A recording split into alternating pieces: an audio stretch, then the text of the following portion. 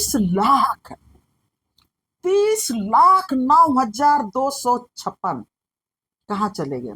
चलिए ईसाई वालों पर हम लोग ने ज्यादा जोर दे रहे हैं कि वही लोग ऐसा कर रहे हैं। आदिवासियों का जनसंख्या क्या रह जाता है, आदिवासियों का ताकत क्या बचता है? क्या डीलिस्टिंग से आदिवासियों का अस्तित्व बचा रहेगा? वो बीजेपी के अगुआ और मोहन भागवत आरएसएस का अगुआ कहता है कि सरना और सनातन एक हैं।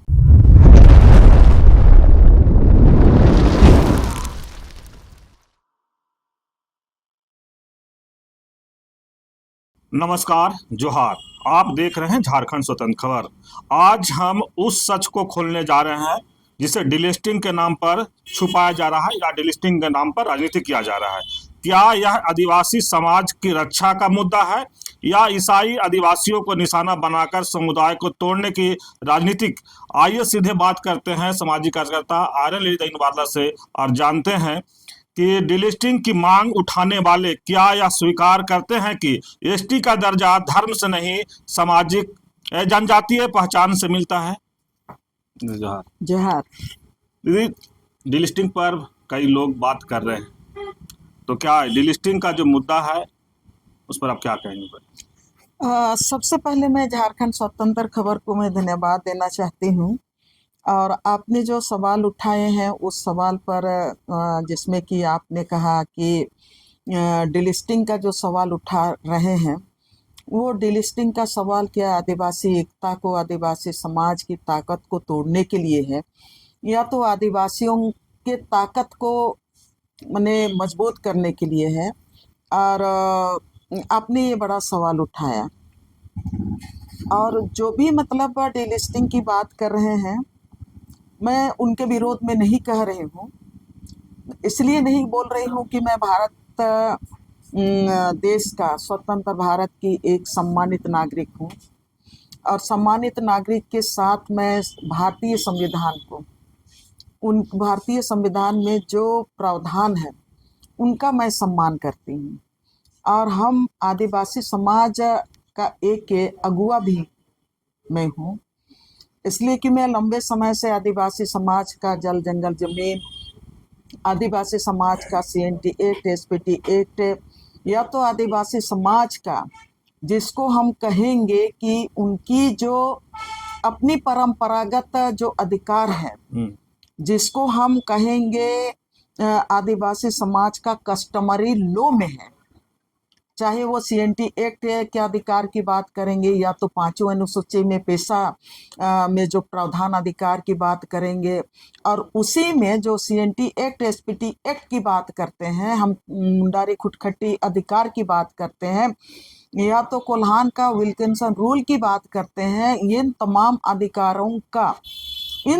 अधिकारों का आपका बेस या न तो आधार आपका खतियान पार्ट 2 है, CNT एक्ट है।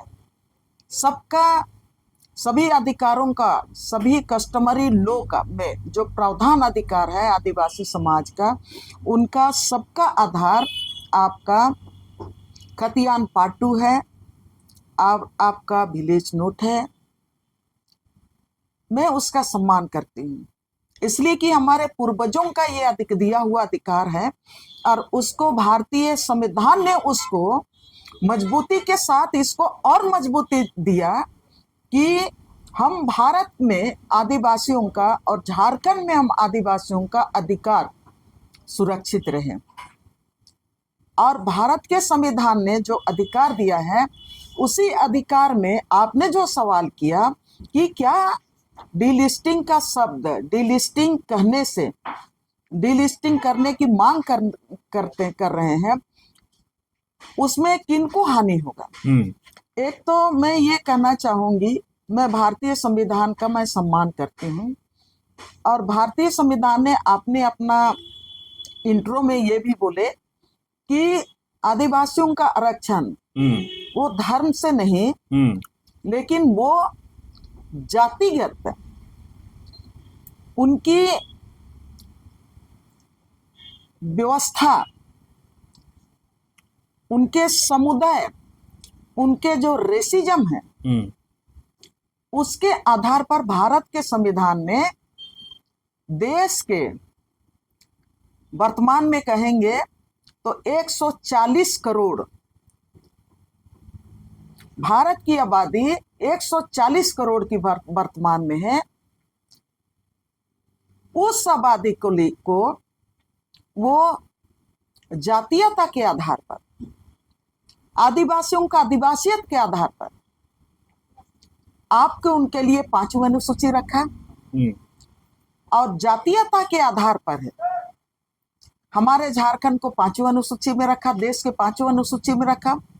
और देश के झारखंड के साथ 10 राज्य हैं जिनको भारत के संविधान में 5वीं अनुसूची में रखा गया। और 5वीं अनुसूची में पेशा कानून को संवैधानिक अधिकार में दिया गया और उस संवैधानिक अधिकार के तहत ही हमारा जल, जंगल, जमीन और हमारा जो ये 5वीं अनुसूची हमारा कस्टमरी लॉ जो हमारा है उसको ताकत देता है। CNT एक्ट बना है हमारा कस्टमरी लॉ के नींव पर ही बना है। मुंडारी खुटखटी भी उसी पर बना है। और इसी पर जब हमला हुआ तो सिद्धू कान्हू, चांद भैरव, बिरसा मुंडा से लेके वीर बुद्धू भगत, तेलंगा खड़िया, फोटो हो और आपका सिंगराय मान की, बिंद्राय मान की, मक्की मुंडा, फूलो झानो, सब कोई का शहादत इसी की रक्षा के लिए है। अब ये जो आपने सवाल किया डीलिस्टिंग की मांग, डीलिस्टिंग की मांग कौन कर रहा है मैं नाम लेना नहीं चाहती हूँ, लेकिन मुझको लगता है लोग कहते हैं कि नहीं सो आरक्षण का लाभ, आदिवासी समाज का आरक्षण का लाभ है। अब यहाँ पर लोग बोलते हैं कि यहाँ पर धर्म पे चले आ रहे हैं, धर्म पे चले आ रहे हैं और ये कहा जा रहा है, आरोप लगता है कि आदिवासियों का आरक्षण का लाभ अब धर्म के आधार पर जो आदिवासी समाज, आदिवासियत तो आपका उनके कस्टमरी लॉ के साथ है।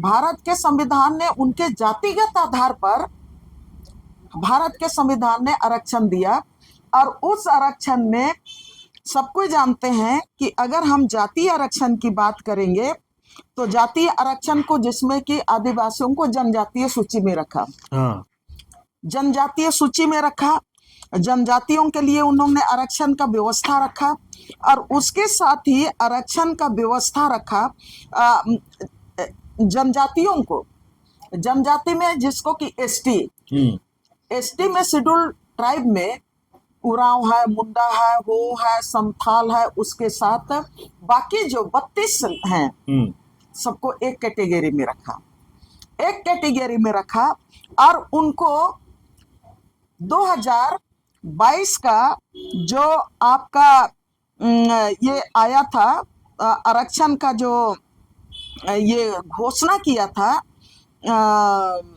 नया क्या बोलेंगे उसको, कानून जो घोषणा किया उसमें 28% टोटल जो आरक्षण जो है, आरक्षण ये मैं आदिवासियों का जितना भी मूल उरांव, मुंडा, खड़िया हो, संथाल, भूमि, सरदार सबको मिला के 3200 मिला के उनको 28% दिया, उनको 28% दिया।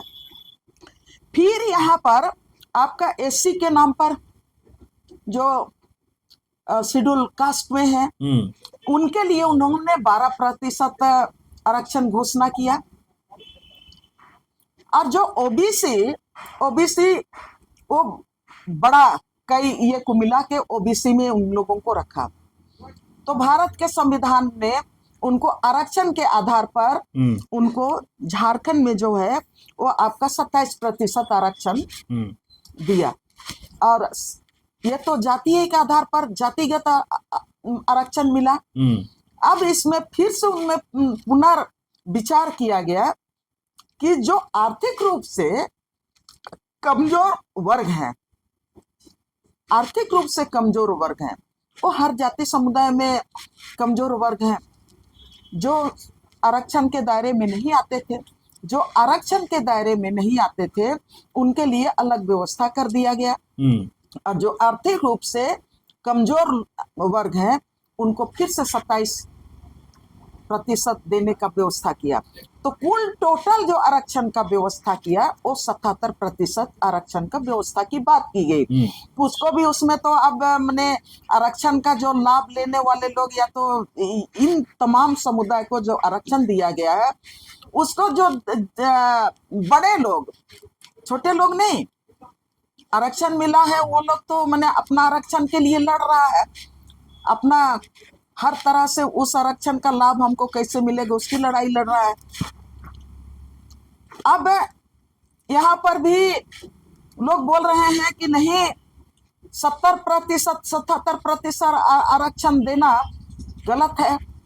उसको भी टोटल आरक्षण में भी अब जिनको आरक्षण नहीं है वो लोग बोल रहे हैं कि नहीं 77% क्यों होगा, हमको मैंने 77% अगर आरक्षण मिलता है तो ये जो एसटी है, एससी है, ओबीसी है, माइनॉरिटी है, आपका अति पिछड़ा वर्ग है, उन्हीं को केवल मिलेगा, बाकी हम लोग जो बड़े बड़े लोग हैं उनको नहीं मिल रहा है। तो इसलिए फिर से उसको बोलता है कि नहीं 50% रहेगा आरक्षण का सीमा। आरक्षण का ही ना लड़ाई की बात हो रही है। हाँ। और उसी से डिलिस्टिंग वहां उन लोगों को लग रहा है कि यहाँ पर जाति आरक्षण मिल रहा है, आरक्षण का लाभ हर जाति वर्ग को। और आदिवासियत है वो जातीय समूह, जातीय पहचान है, उसके लिए वो आरक्षण मिला है।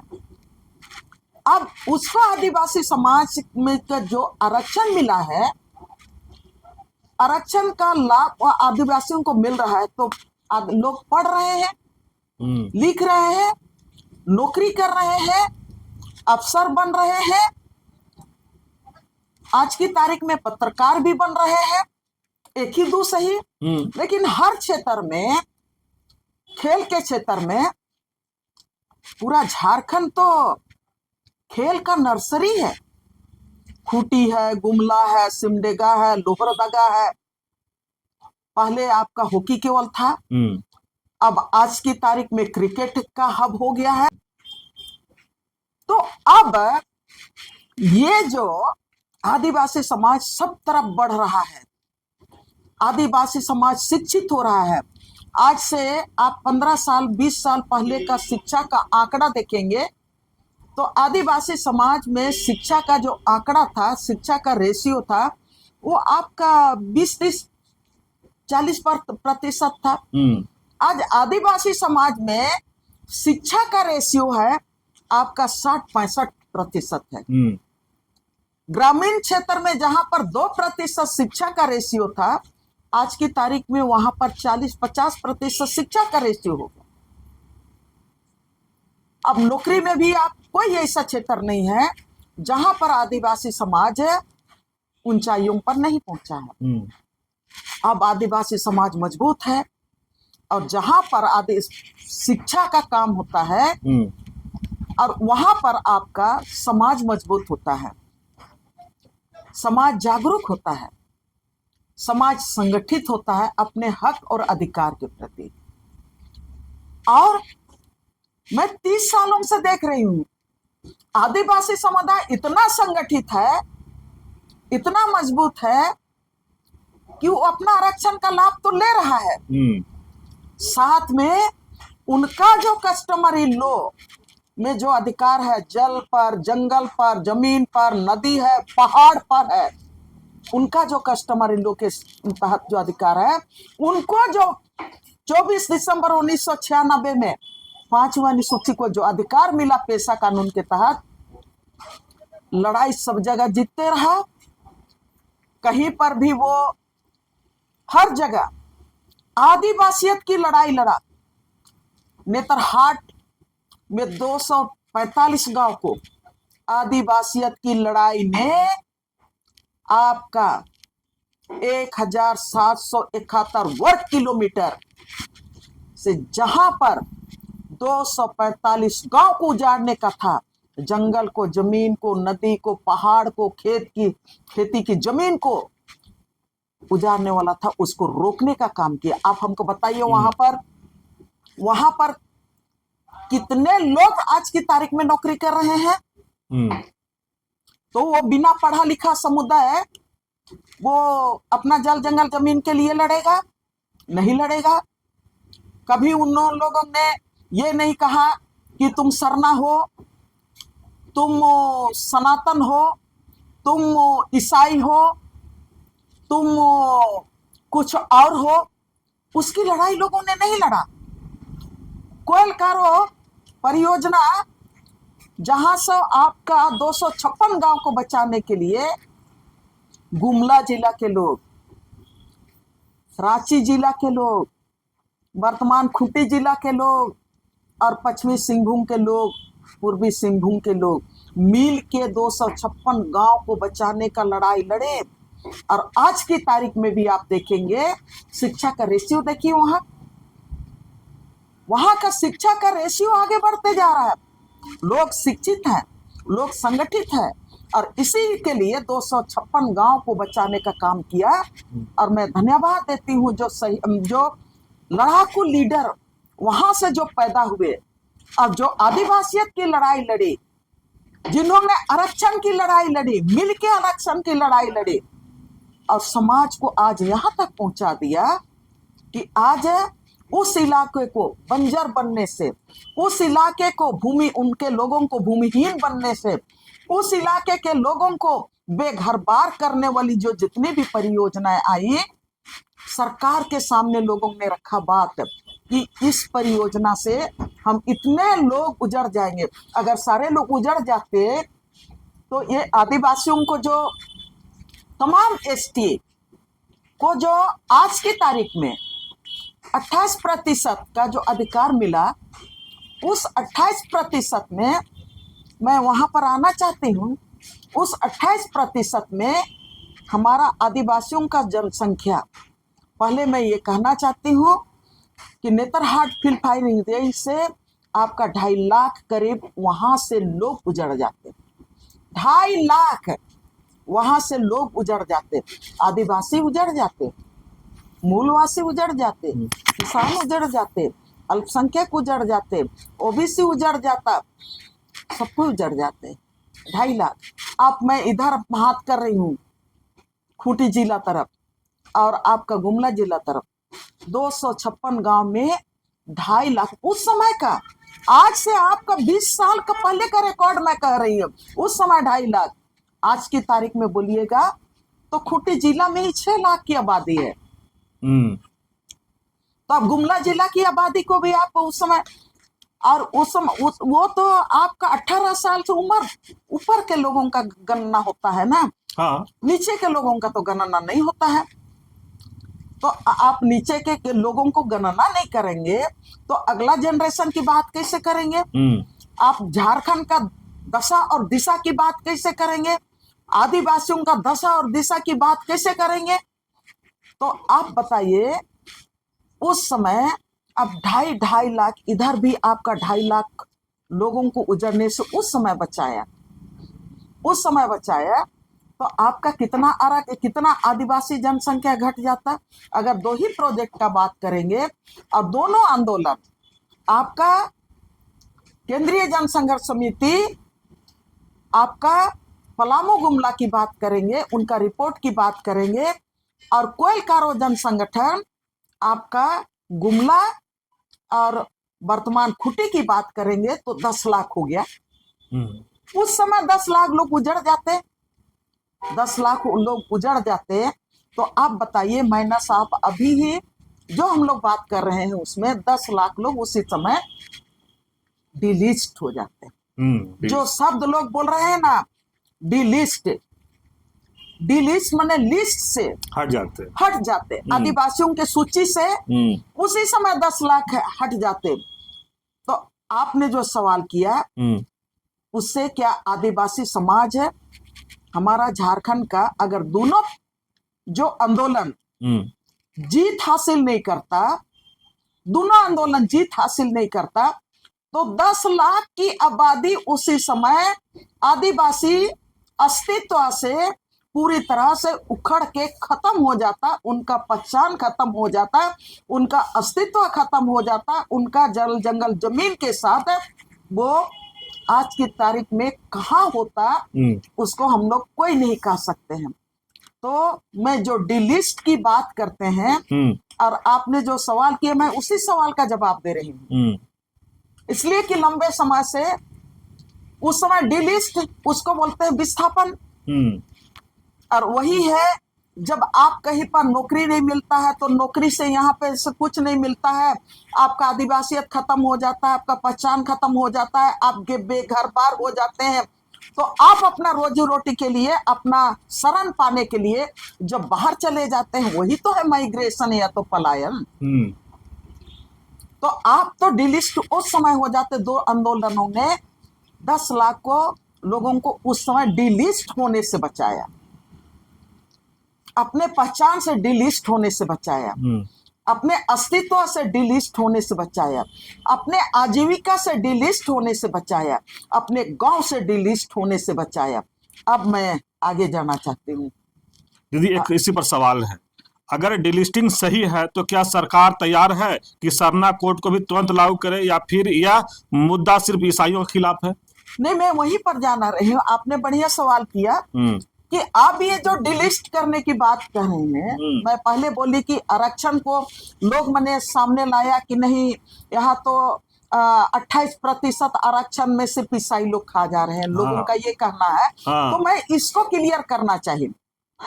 अब आप सरना और ईसाई की बात बाद में आप कीजिए, हम लोग बात पहले करेंगे 2001 का सेंसस जनगणना रिपोर्ट। 2001 का जनगणना रिपोर्ट को पहले आप वहां पर जाइए, सबको को मैं ले जाना चाहती हूँ वहां। 2001 का जनगणना में आपका प्रतिशत में, मैं आदिवासी पर ही आ रही हूँ और डिलिस्ट पर ही आ रही हूँ। 2001 का जनगणना में झारखंड में आदिवासियों का प्रतिशत, मैं प्रतिशत में जा रही हूँ। 2001 का कितना आंकड़ा होगा आप लोग खोज के निकाल लीजिएगा। 2001 का जनगणना में झारखंड में आदिवासियों का जो प्रतिशत था वो प्रतिशत 26.3 था। फिर मैं दोहरा रही हूँ, 2001 का जनगणना में आदिवासियों का आपका प्रतिशत था 26.1। 10 साल में जनगणना होता है। 2011 में जनगणना हुआ, 2011 में जनगणना हुआ, 10 साल में आप 1% आदिवासी घट गए, आदिवासियों का जनसंख्या घट गया। और 2011 का सेंसस आप देखेंगे राज बनने के बाद 10 साल का, 2001 में राज बना, 2011 का अगर हम सेंसस देखेंगे तो झारखंड की आबादी 3,29,00,000 कुछ आ गया, पूरे झारखंड की आबादी। जब जनगणना हुआ 2010 में तो 3,29,00,000 कुछ संख्या उसमें आ गया। मैं ये संख्या को भी स्पष्ट करना चाहती हूँ, इसलिए कि बात होनी चाहिए भाई, थोड़ा स्पष्ट बात होनी चाहिए। तो ये जो आपकी आबादी हो गई आपका 3 करोड़, और इस 3 करोड़ जनसंख्या में आप डिलिस्टिंग की बात कर रहे हैं, तो बढ़िया से डिलिस्टिंग पर लोगों को अपना मंथन करना चाहिए कि हम डिलिस्ट होना चाहते हैं या नहीं होना चाहते हैं, ये तय करना चाहिए हर एक व्यक्ति को। और अगर आप वो तय नहीं करेंगे कि आप डिलिस्टिंग का मतलब क्या समझे हैं, ये अगर आप नहीं तय करेंगे और नहीं समझेंगे और बिना समझे अगर आप बात करेंगे तो कहीं ना कहीं आप धोखा खा रहे हैं, मुझको ऐसा लगता है। तो आप ये जो 3 करोड़ 29,00,000 जो आबादी था, उसमें से 2011 का सेंसस में, 2011 का सेंसस में आपका, मैं प्रतिशत में तो बोली 10 साल में 1% आदिवासी कम हो गए। उसके बाद 2011 में जो 3,29,00,000 माने जनसंख्या में से आपका नोट करना चाहिए सारे लोगों को। पढ़िए जनगणना रिपोर्ट, आदिवासियों का घटता हुआ जनसंख्या, आदिवासियों का घटता हुआ जनसंख्या पर नजर डालना चाहिए। तब आपने जो सवाल किया ना, आदिवासी समुदाय डिलिस्ट करने से मैंने क्या कमजोर होगा, क्या मजबूत होगा और क्यों मांग कर रहे हैं, उस पर भी मैं बात करूंगी। और कौन मंगवा रहा है वो उस पर भी मैं बात करूंगी। थोड़ा धीरज धरिए। झारखंड के आदिवासियों का सवाल है, आदिवासियत का सवाल है, हमारा धरोहर का सवाल है। 2000 जो 3 करोड़ आपका 29 लाख में आपका 46,45,042 46,45,042 आदिवासियों का जनसंख्या था। बढ़िया से जो डी लिस्ट करने वाले जो मांगते हैं ना, आप लोग सुन लीजिए। 2000 जनगणना रिपोर्ट का आप लोग पलटिए। हमारा आदिवासियों का जनसंख्या राज बनने के बाद आपका किस तरह से घट रहा है। 2001 में से 2011 तक में हम टोटल जनसंख्या का रेशियो में से हम 1% घटे। 46,45,042 आदिवासियों का जनसंख्या दिखाता है। और उसके बाद जब हम आरक्षण की बात करेंगे, पहले ही मैं क्लियर करने की कोशिश की कि आपका जातिगत आरक्षण मिला और आपको 28% आरक्षण मिला। हर क्षेत्र में 28% आरक्षण मिला। अब 28% जो आरक्षण मिला वो जातिगत आरक्षण मिला। अब यहाँ पर मैं इसको क्लियर कर लेती हूँ पहले। 86,45,000 आपका 42 में से आपका ईसाई आदिवासी, अब मैं धर्म पर आ रही हूँ, तो मतलब इसलिए कि सरना कोड आदिवासी कोलन नहीं है ना। अब जनसंख्या हम लोग निकालेंगे तभी ना आरक्षण हमको कितना मिलेगा वो हम समझेंगे। हाँ, तभी ना 28 में से आप किनको लिस्ट करना चाहते हैं और फिर कितना शेष बचता है, उसमें कितना आरक्षण मिलेगा आदिवासियत के नाम पर, उस पर बात होनी चाहिए। अब यहाँ पर आप इसमें भारत का संविधान ने आपको 6 धर्म कोलन को आपने ये मान्यता दी। 6 धर्म कोलन के नाम पर आपने जनगणना के लिए, जनगणना के लिए आपका देखिए आरक्षण का जातीय आधार पर और जनगणना के लिए धार्मिक आधार पर, धर्म को आधार बनाया गया भारत के संविधान में।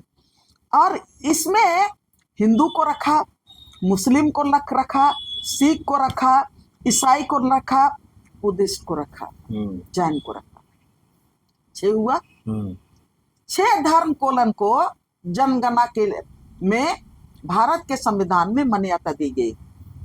अब इसके आधार पर अगर हम झारखंड में ये जो आदिवासी लोग बोल रहे हैं कि धर्मांतरित, आदिवासी धर्मांतरित बोल रहे हैं, तो टोटल झारखंड में टोटल ईसाई समुदाय का जो आपका रिकॉर्ड है, वो रिकॉर्ड कहता है आपका 14,18,608।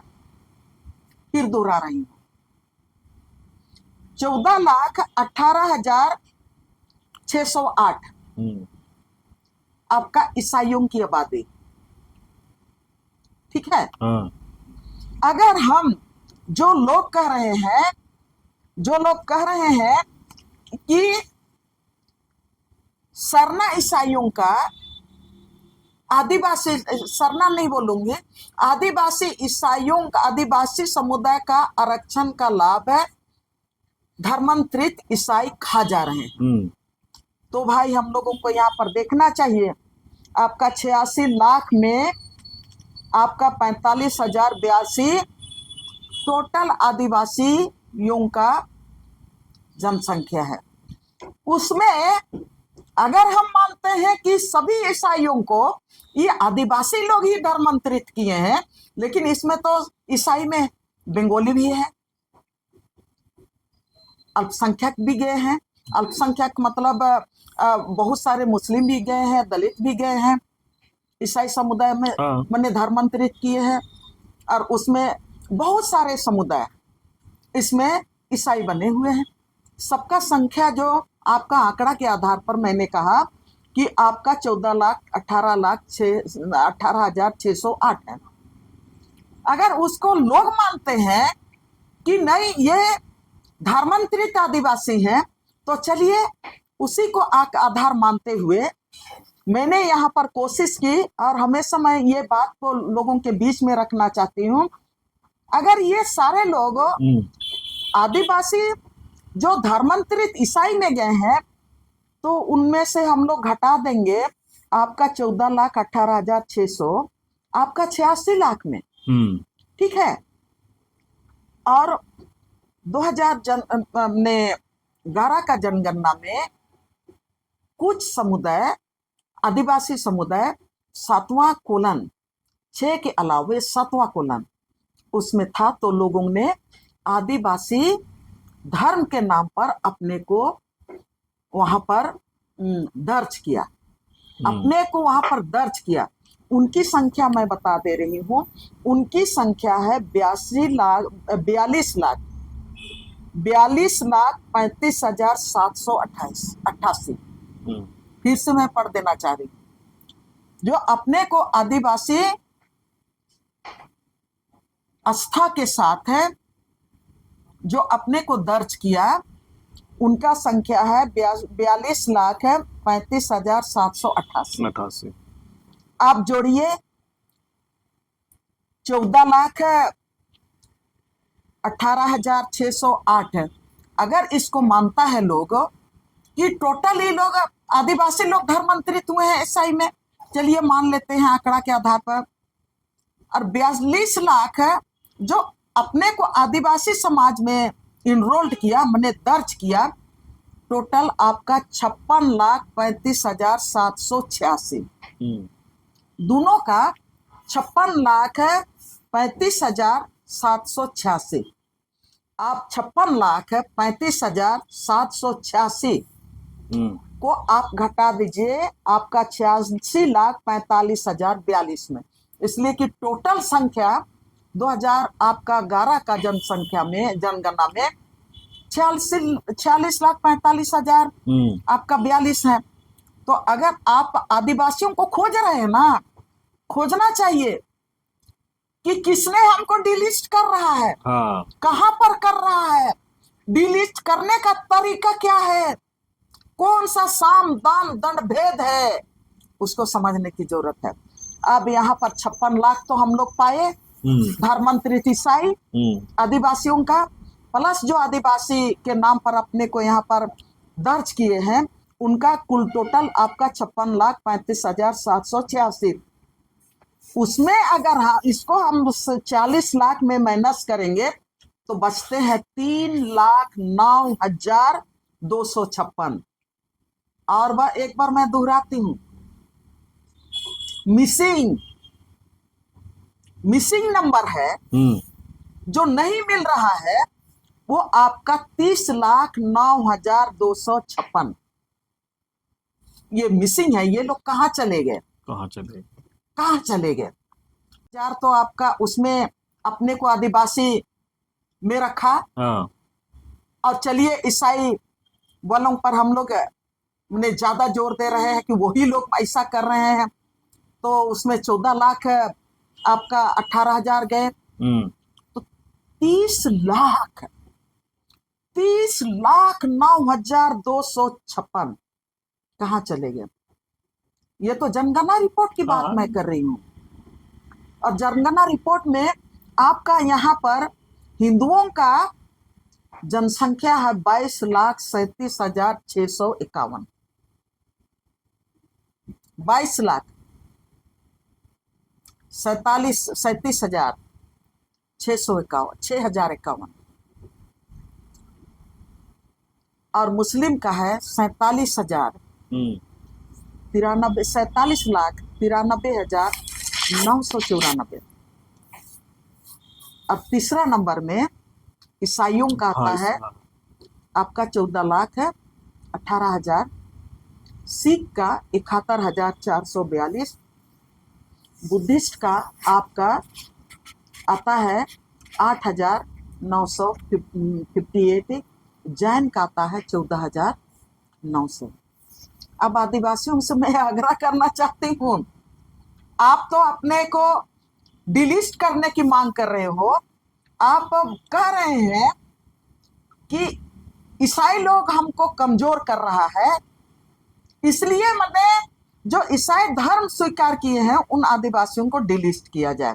चलिए ठीक है, आपका भी बात मान लिया जाए, लेकिन उसके बाद आदिवासियों का जनसंख्या क्या रह जाता है, आदिवासियों का ताकत क्या बचता है। और आपका जितनी आपकी माने भागीदारी उतनी आपकी हिस्सेदारी होगी। हिस्सेदारी, हाँ। जितना आप जनगणना में पाए जाएंगे उतना आपको हिस्सेदारी मिलेगा। और ये जो 28%, एसटी का, एससी का 12%, ओबीसी का 27%, ये तो आपका जनगणना में आपका जो आंकड़ा है ना, उसके आधार पर ही ना ये आरक्षण का ये आपके लिए तय किया गया है। आप कितने लोग हैं, आपका जनसंख्या क्या है, उसके आधार पर ही ये आरक्षण का व्यवस्था तय किया जाता है। अब यहाँ पर ईसाइयों को अलग कर दीजिए, ईसाइयों को अलग कर दीजिए। अगर ईसाइयों को अलग, अब यहाँ पर हमारे माननीय लोग कहते हैं, जो लिस्टिंग की मांग कर रहे हैं, वो लोगों का मानना है कि सरना धर्म कोड नहीं चाहिए, सरना धर्म कोड नहीं चाहिए। और आदिवासी समर्थक जो सही में आदिवासी समर्थक हैं, जो आदिवासियत को बचाना चाहते हैं, चाहे वो सरना धर्मावलंबी हो, चाहे तो ईसाई धर्म को स्वीकार किए हुए आदिवासी समुदाय हो, वो ये जो मिसिंग है। और भारतीय संविधान में आदिवासियों का एक संगठित ताकत बनाना है, एक संगठित उपस्थिति दर्ज करना है। इसीलिए भारत के संविधान में वो मांग कर रहे हैं कि धर्म के आधार पर अगर माने हमारा संख्या आप काउंट करते हो, तो हमको भी आदिवासी धर्म कोड के नाम पर या सरना धर्म कोड के नाम पर आप हमारे लिए जनगणना के समय आप 7वां कोलन उसमें ऐड कीजिए। तो जो आप सवाल कर रहे हैं झारखंड स्वतंत्र खबर से कि क्या डीलिस्टिंग से आदिवासियों का अस्तित्व बचा रहेगा, मजबूत होगा, या तो क्या होगा, तो मैं यहाँ पर स्पष्ट करना चाहती हूँ कि आप संविधान में, आप अगर संविधान ने धर्म के आधार पर आप हमारे देश के नागरिकों की उपस्थिति दर्ज करना चाहता है, और यहाँ पर झारखंड में आदिवासियत को सुरक्षित रखने के लिए उनका संवैधानिक अधिकार के तहत उनको तमाम अधिकार मिले, इसका अगर बात कर रहे हैं, तो आप सरना धर्म कोलन की मांग क्यों नहीं करना चाहते हो, क्यों नहीं करना चाहते हो? तो आप यहाँ पर जो हिंदू और जो आरएसएस और भारतीय जनता पार्टी, मोहन भागवत कहता है कि सरना सनातन एक है। मैं नहीं कह रही हूं, वो बीजेपी के अगुआ हम्म, और मोहन भागवत आरएसएस का अगुआ कहता है कि सरना और सनातन एक हैं। तो क्या आप मोहन भागवत जो बात कह रहे हैं उस बात में आप एग्री कर रहे हो कि सरना और सनातन एक है? दैट मीन्स सरना समुदाय, सरना धर्मावली और आपका हिंदू धर्म एक है? ये बड़ा सवाल है। ये बड़ा सवाल है। और अगर आप ये मानते हो तभी ना सरना धर्म कोलन बोलते हो कि हमको सरना धर्म कोलन नहीं चाहिए।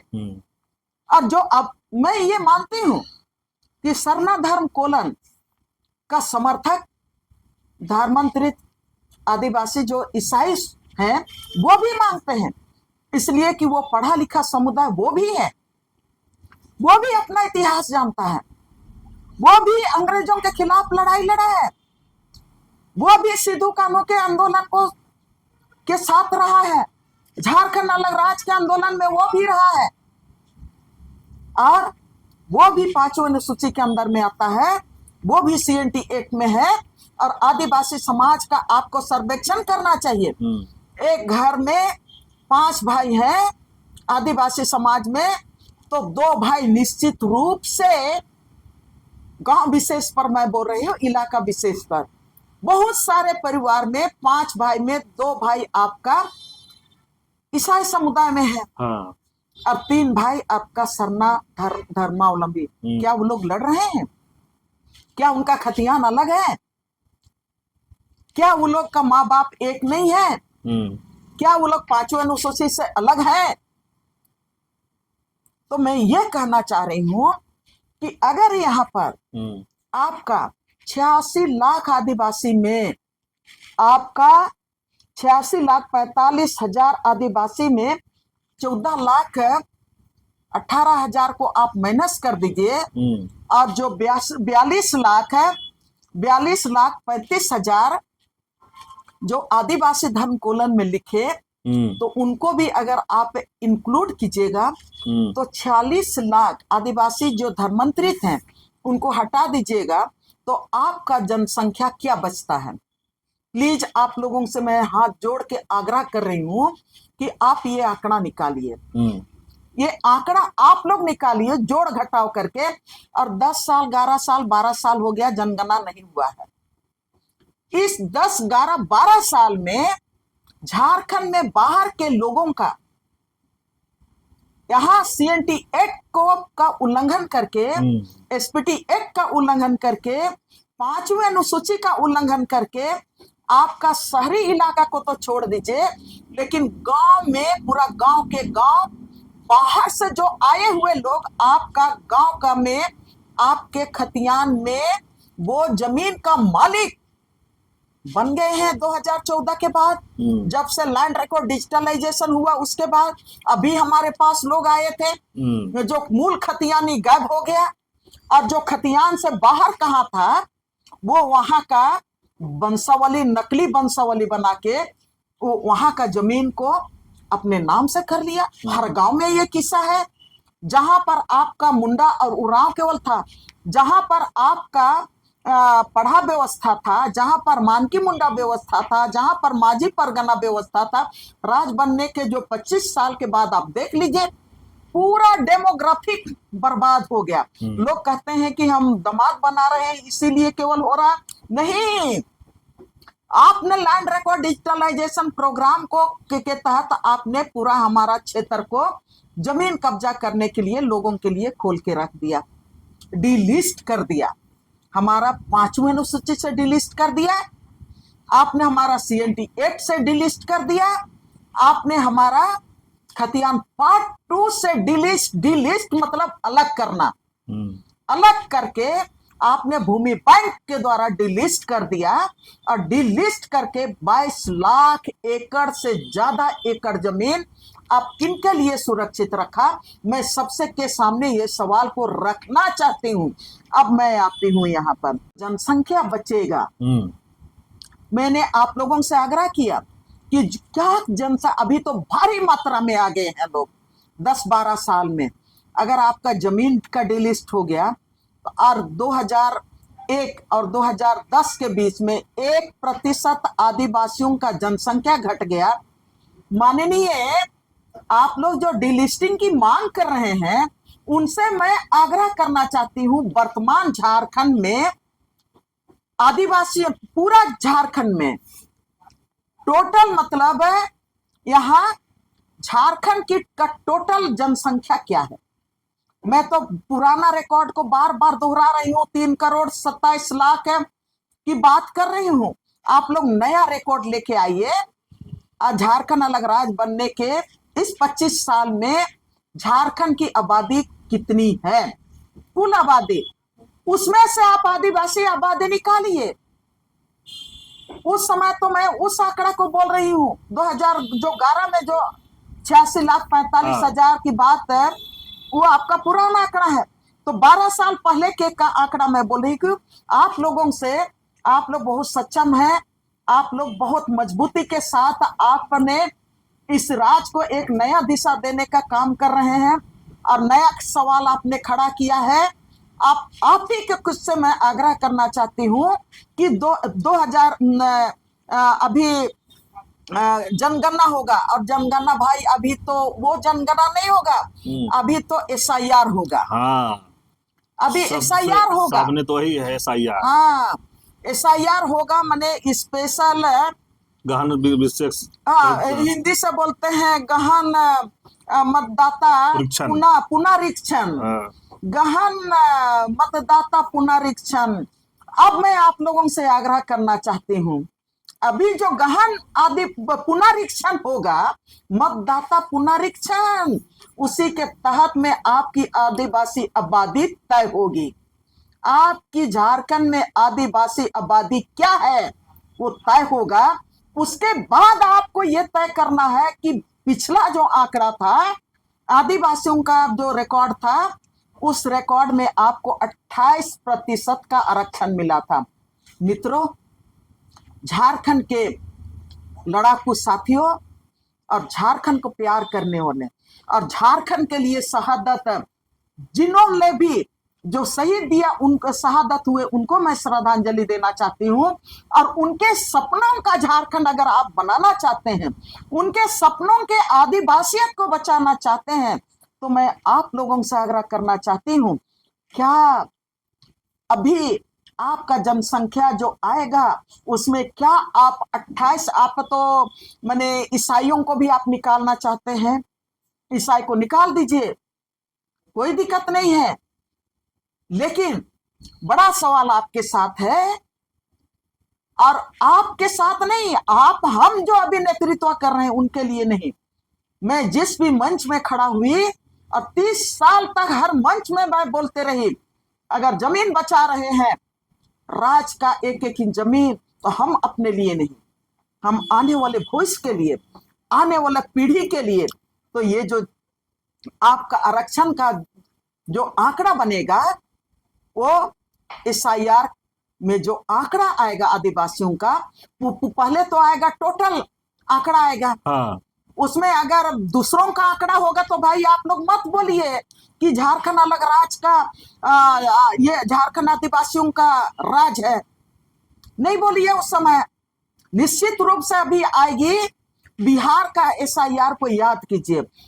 बिहार के लोग इतना तेज तर्रार हैं, बिहार में आदिवासियों का आबादी नहीं है, आदिवासियों को तो छोड़ दीजिए, बिहार के लोगों ने नहीं सका SIR के सामने अपने को बचाने।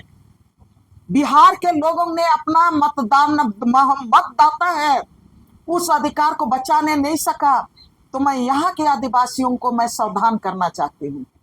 आपके माध्यम से आपने सवाल किया, आपने मुझसे सवाल करके ये जानना चाहा कि ये जो डिलिस्टिंग का मतलब क्या है। तो अभी आपका आंकड़ा क्या आता है पूरा झारखंड का? अगर अभी यहाँ पर बोलेगा पिछले बार 3 करोड़, अभी तो 4 करोड़ 5 करोड़ भी आबादी होगी पूरे झारखंड में निश्चित रूप से। तो 5 करोड़ की आबादी में पिछले आपका 10 साल में 1% आप घट गए। अभी ये 12-15 साल में निश्चित रूप से 26% जो आदिवासी थे, और 26% में से आपका निश्चित रूप से आप डाउनफॉल में जाएंगे, इसलिए कि बाहर की आबादी व्यवसाय करने के लिए आई, बाहर की आबादी नौकरी करने के लिए आई, बाहर की आबादी यहाँ पर कारखाना लगाने के लिए आई, बाहर का आबादी यहाँ पर आपके प्राकृतिक संसाधनों को अपने कैप्चर करने लेने के लिए आई। आप क्या किए? आप क्या किए? हमारी आबादी घटते जा रही है, तब अभी हमारी आबादी जो बचेगी, अगर आप बचा पाएंगे, अभी SIR में जो डिलिस्ट होने वाला है, इससे पिछला आंकड़ा जो था 28,86,45,000 2011 का जनसंख्या के आधार पर, क्या उसको आप बचा पा रहे हैं? क्या इतनी बड़ी जो आबादी आएगी 5 करोड़ में जो होगा, उसमें हमारा जनसंख्या क्या होगा? सबसे बड़ा सवाल है। और उसमें हमारा प्रतिशत, हमको जो पहले 28 मिला था, क्या हमारा ये जो जनसंख्या जो आपका डाउनफॉल में नीचे गिरते जा रहा है, हो सकता है आपका पहले 26 था, अभी 20% होगा। उसमें भी आप माननीय लोग, आप माने ईसाई आदिवासी संख्या को आप हटाने की बात कर रहे हैं।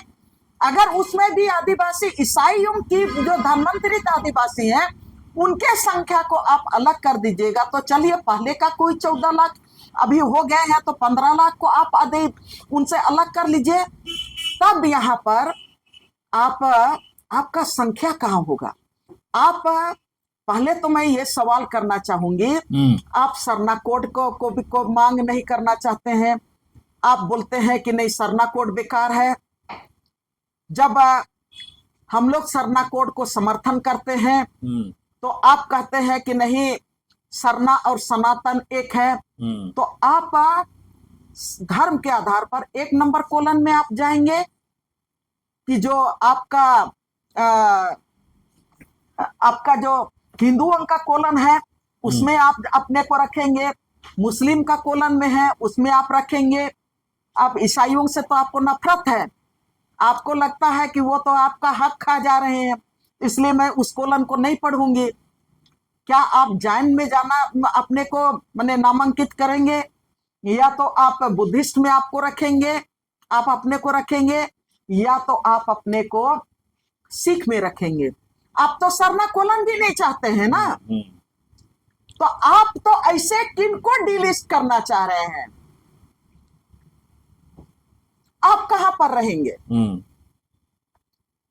पहले ये बताना होगा कि आप कहां पर रहना चाहेंगे। और भारत के संविधान ने, पहले ही मैंने कहा कि भारत के संविधान ने जो आपका जो सूची बनाया, आपको हिसाब करने के लिए, वो धर्म के आधार पर किया और जाति के आधार पर आपको आरक्षण दिया। तो मैं ये कहना चाहूंगी, अगर सब कोई से दिल खोल के सब कोई इस बात को आत्मसात कीजिए, मुझको गाली दीजिए। मैं जानती हूं अभी इसके बाद बहुत सारे लोग मुझको गाली देने के लिए आएंगे, और ऐसे लोग गाली देने के लिए आएंगे जिसका प्रोफाइल खोजिएगा तो सबका प्रोफाइल लोक है। ऐसे ऐसे लोग मैंने गाली देने के लिए आएंगे, मुझको पहले बोलेंगे। पिछला वीडियो को मैं देख रही थी तो बोलते कि पहले बुढ़िया नेता को डिलिस्ट कर लीजिए। अरे आप किन्हीं को डिलिस्ट कर लीजिए, मुझको डिलिस्ट करके क्या करोगे? मैं ये आदिवासियों से मैंने सवाल करना चाहती हूं कि आप किनको डिलिस्ट कर रहे हो? आप अपने आदिवासी धर्म कोलन की बात नहीं करना चाहते हो, सरना धर्म कोलन की बात नहीं करना चाहते हो, और जो मतलब बोलते हैं कि सरना धर्म कोलन मिलना चाहिए। मैंने अपनी किताब लिखी, इसमें मैंने यहां पर लिखा, अब 2017 में सरना कोड क्यों चाहिए। मैंने उस समय लिखा सरना कोड क्यों चाहिए। इसीलिए मैं ये बात को बार बार, लोग बोलते हैं ना, रायता फेंक देते हैं, रायता फेंकने के बाद सारा चीज में आप वो रायता में हो जाता है, और बोलते कि ईसाई ईसाई ईसाई ईसाई। अब सवाल रही, मैं जो सवाल कर रही हूं, अब अभी 86%, अभी हम लोग 26% आदिवासी हैं, तो भाई आप CNT एक्ट नहीं बचा पाए। 26% है, 86,45,000 है मित्रों, तो भी झारखंड को लूटने हम लोग दे रहे हैं। झारखंड में बाहर के लोगों का घुसपैठिए भर जा रहे हैं।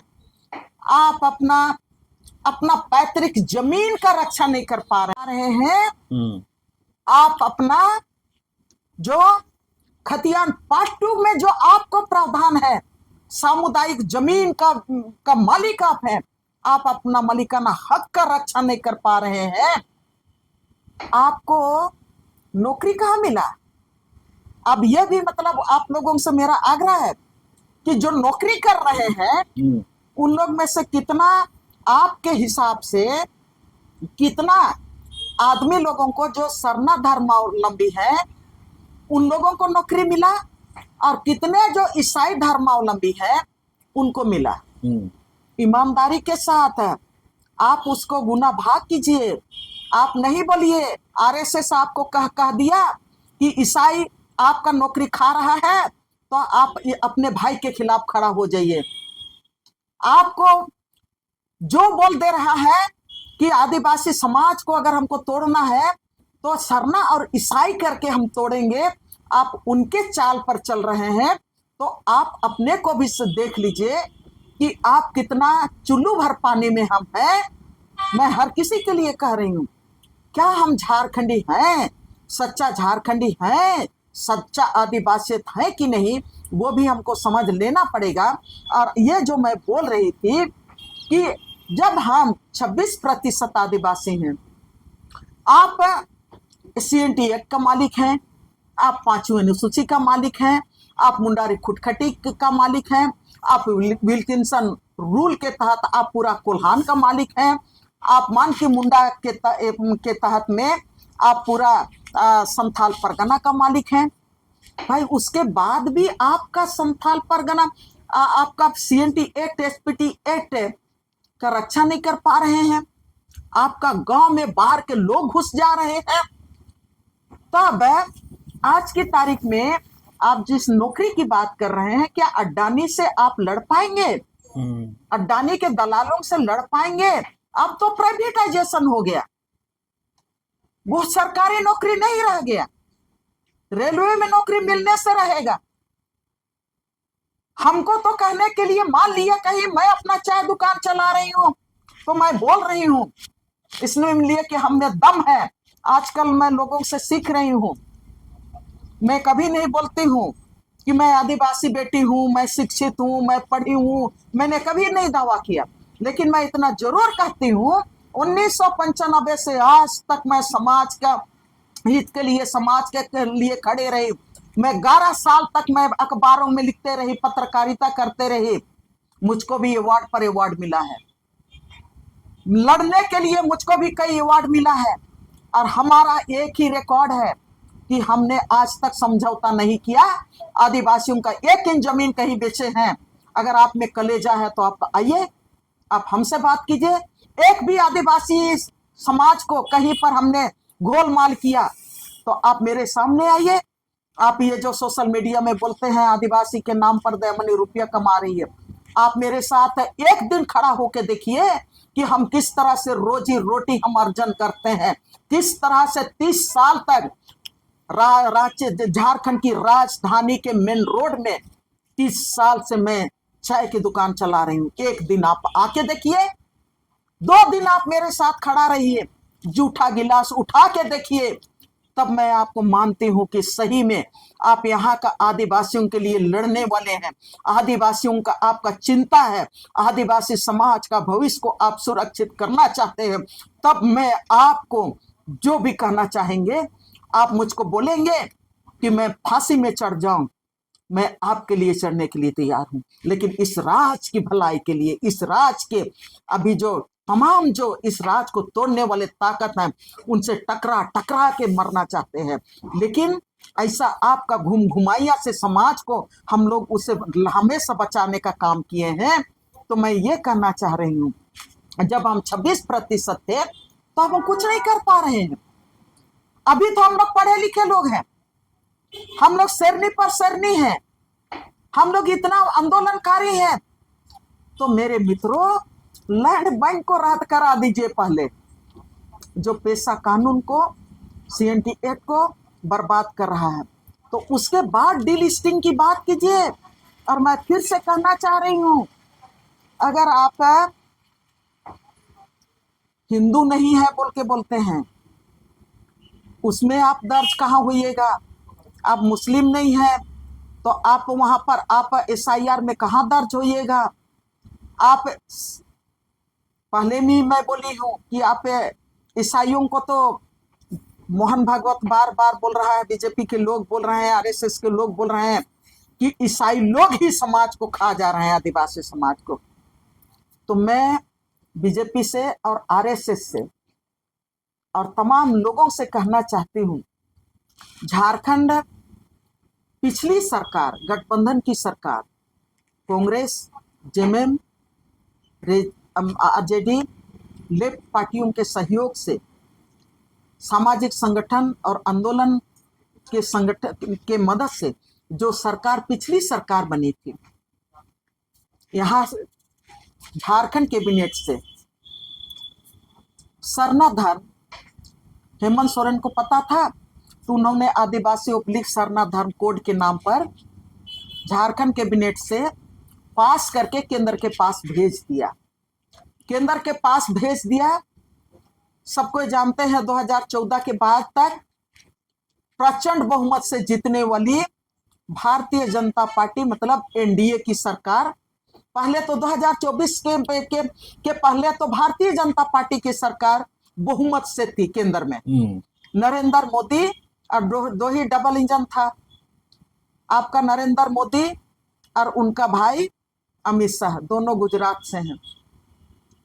आप लोगों के राजकाल में ही ये भेजा गया था, 2024 के पहले वाली सरकार ही भेजी थी आपके पास, यहाँ से कैबिनेट से पास करके कि झारखंड के आदिवासी अपना पहचान, आदिवासियत को और आदिवासी समाज के संगठित ताकत को संवैधानिक रूप से उनको मान्यता देने के लिए 7वां कोलन के रूप में आदिवासी उब्लिक सरना धर्म कोड आप दीजिए बोल के आपके पास चला गया। आपकी सरकार बदल गई, राज्य की भी सरकार बदल गई, अब दोबारा आप आए हैं, दोबारा NDA सरकार आई है। आप उस समय 400 पार बोल रहे थे, 400 पार तो नहीं कर पाए, लेकिन अभी भी आप कम से कम नीतीश कुमार और नायडू के कंधे पर आप बैसाखी के रख के आप केंद्र की सरकार को चला रहे हैं। आपसे हमारा विनम्र आग्रह है, कोई झगड़ा नहीं है, एक कलम चला दीजिए। राष्ट्रपति हमारी माननीय आदिवासी हैं, आपने बहुत बड़ा काम किया कि आदिवासी को राष्ट्रपति भी बना दिया, लेकिन संवैधानिक अधिकार हमको नहीं मिल रहा है, ये दुख की बात है। आप संवैधानिक अधिकार दीजिए, जो 6 कोलन में है, जहां पर SIR होगा वहां पर 7वां कोलन तो आपको देना ही देना पड़ेगा। और बिना 7वां कोलन किए अगर आप SIR कर रहे हैं तो मैं तमाम आदिवासी, तमाम अगुओं को मैं यहीं पर क्लियर करना चाहती हूं कि आप डिलिस्टिंग की मांग कर रहे हैं, तो आप तो खुद डिलिस्ट है ना, तो आपका सरना कोड में आप शामिल हो रहे हैं, ना आप ईसाई में, ना आप वो जो 6वां कोलन है उससे आप तो बाहर हैं। तो झारखंड कहाँ जाएगा? झारखंड के आदिवासियों का क्या होगा? क्या हमारे सिद्धू कानू, चांद भैरव, तिलका मांझी, वीर बुद्धू भगत, तेलंगा खड़िया, बिरसा मुंडा, इसी के लिए झारखंड अलग राज्य की बुनियाद की बात की, अब वो राज की बात की, और हम किस रूढ़िवादी की बात करते हैं? सवाल सबके सामने है। तो सिर्फ मेरे लिए नहीं, लेकिन पूरे शासन प्रशासन से लेके, राजनीति से लेके तमाम जो वो डिलिस्टिंग की मांग करने वाले हमारे तमाम मित्र हैं, बहन हैं, सबके सामने मैं ये बात रखना चाहती हूँ, क्या कल के दिन में हम यहाँ पूरी तरह से खत्म होंगे और हमारी संख्या खत्म हो जाएगी, तब हम झारखंड को बचा पाएंगे? अभी तो आपको निगल जा रहा है, आप के विरोधी आपको निगल जा रहे हैं, तमाम विरोधी निगल जा रहे हैं। तो ये जो आपको जो काम कर रहे हैं, डिलिस्ट की बात जो कर रहे हैं, वो तो पूरा आदिवासी समाज डिलिस्ट होगा, 5वीं अनुसूची से डिलिस्ट हो जाएगा। CNT एक्ट तो ऐसे डिलिस्ट हो गया मित्रों, लैंड डिजिटलाइजेशन प्रोग्राम के बाद, भूमि बैंक बनने के बाद, सारा चीजें बार बार मैं बोलती हूँ, और अभी मैं सूची बना रही हूँ कि कौन सा गांव में कितना सरना और मसना डिलिस्ट हो चुका है, वो मैं सूची बना रही हूँ। मैं कमजोर हूं, आप लोगों की तरह ताकतवर नहीं हूं, मेरे पास लोगों का फौज नहीं है, लेकिन मेरे पास है झारखंड, जिस झारखंड की मिट्टी को बचाने का, कोयल और कारो नदी के बहते पानी का, और जितना भी मैं जंगल जंगल में भटकी हूं, दिन और रात इस समाज को बचाने का काम की हूं, वही ताकत है मुझ में है। अकेली जरूर हूं, लेकिन मैं इस धरती के साथ हूं, यहाँ के धरती की आत्मा के साथ हूं, उनके पुकार के साथ हूं कि आदिवासियों का हक और अधिकार लुटा रहा है, और आदिवासियों को किस तरह से जाति और धर्म के नाम पर पूरी तरह से तार तार करने के वाली जो साजिश है, उसको भी मैं अच्छी तरह से पहचानती हूँ। इसीलिए मैं कह पाती हूँ, मुझको तो इतनी गोलियां मारेंगे तुम्हारा 100 का शिनाख्त नहीं होगा। मैं तो गोली मारने वालों का भी स्वागत करना चाहती हूँ, इसलिए कि झारखंड अगर बचेगा ही नहीं, हमारा अगला पीढ़ी झारखंड में जिंदा रहेगा ही नहीं, उनके हक और अधिकार बचेंगे ही नहीं, उनका संवैधानिक अधिकार बचेगा ही नहीं, तो झारखंड में जिंदा रह के क्या करोगे? और इसीलिए राहुल गांधी संविधान बचाने की बात कर रहा है, तो मैं भी संविधान बचाने की बात करती हूँ।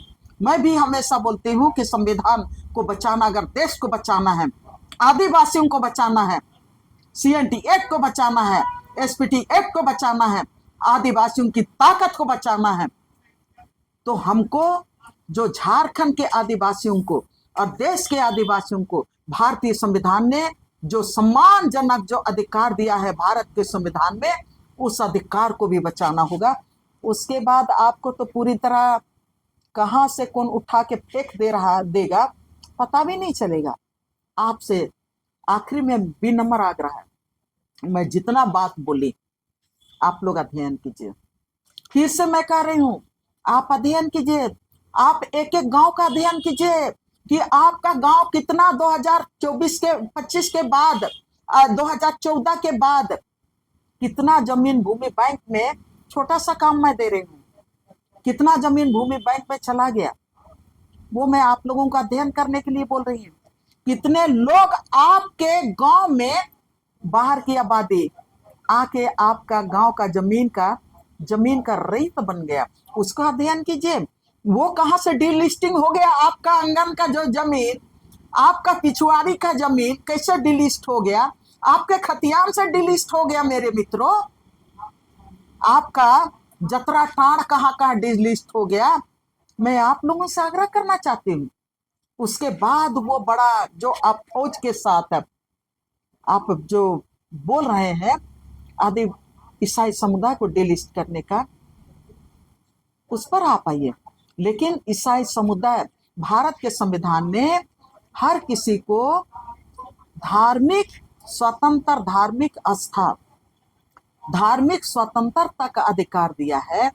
और पिछले बार भी मैंने ये जिक्र किया था कि कई जो आपका माननीय उच्चतम न्यायालय, माननीय उच्च न्यायालय की कई फैसला आपको बार बार देखना चाहिए कि वो फैसला भी ये कहता है कि आदिवासियों को अधिकार, आदिवासियत वो रेसिज्म से है, जात से है, और उनके जो कस्टमरी लॉ से, और ये जो आरक्षण का लाभ उनके जाति आधार पर मिलता है। और भारतीय संविधान में हम लोग बार बार प्रिएम्बल कहा जाने काहेले लोग पढ़ता है, मुझको समझ में नहीं आता है। अभी तो मैं देख रही हूँ जो लोग डिलिस्ट करने की मांग करते हैं वो लोग भी आपका तिरंगा झंडा फहराया, वो समझ में नहीं आता है। अरे वही तिरंगा झंडा तो भारतीय संविधान में ईसाई समुदाय को भी, आपका जैन को भी, हिंदू को भी, मुस्लिम को भी स्वतंत्र रूप से धर्म मानने का अधिकार दिया। इसीलिए हम लोग सरना कोड जितना जल्दी होगा उतना जल्दी आदिवासियत को बचाना है। और ईसाइयों पर जो आरोप है उस आरोप से अगर आपको समाज को बचाना है, आप समाज का जागरूक आदमी है, उससे आपको समाज को बचाना है, उनके अधिकार को पूरा देना है, तो आपको मंथन करना होगा। और आदिवासी समाज को जाति और धर्म में बांटने के सिवा आदिवासियत का जड़ में आप जाओ, तब हम कहेंगे कि आप सिंगी दाई और कैली दाई के वारिस हैं।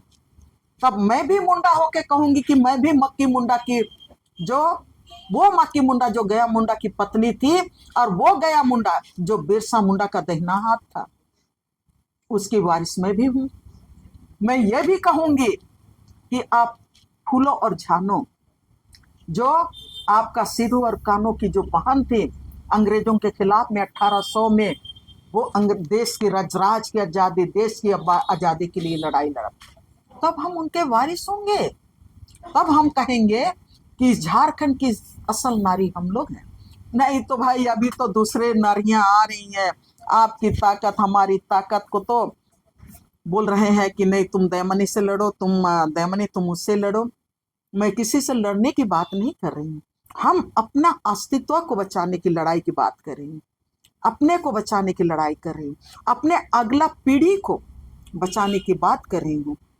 तो मैं झारखंड स्वतंत्र खबर को मैं धन्यवाद देना चाहती हूँ कि आप ने एक अवसर दिया, और एक अवसर दिया तो मैं आपके द्वारा मैं लोगों के बीच में लोगों से आग्रह करने के लिए भी आई हूँ, और अपनी बात भी रख रही हूँ कि हम लोगों को समीक्षा करना चाहिए, और हम अपनी बातों को, हम क्या कह रहे हैं, क्या हमारे आदिवासी समाज के हित के खिलाफ में है, या तो सही में हमारे आदिवासी समाज के हित में है।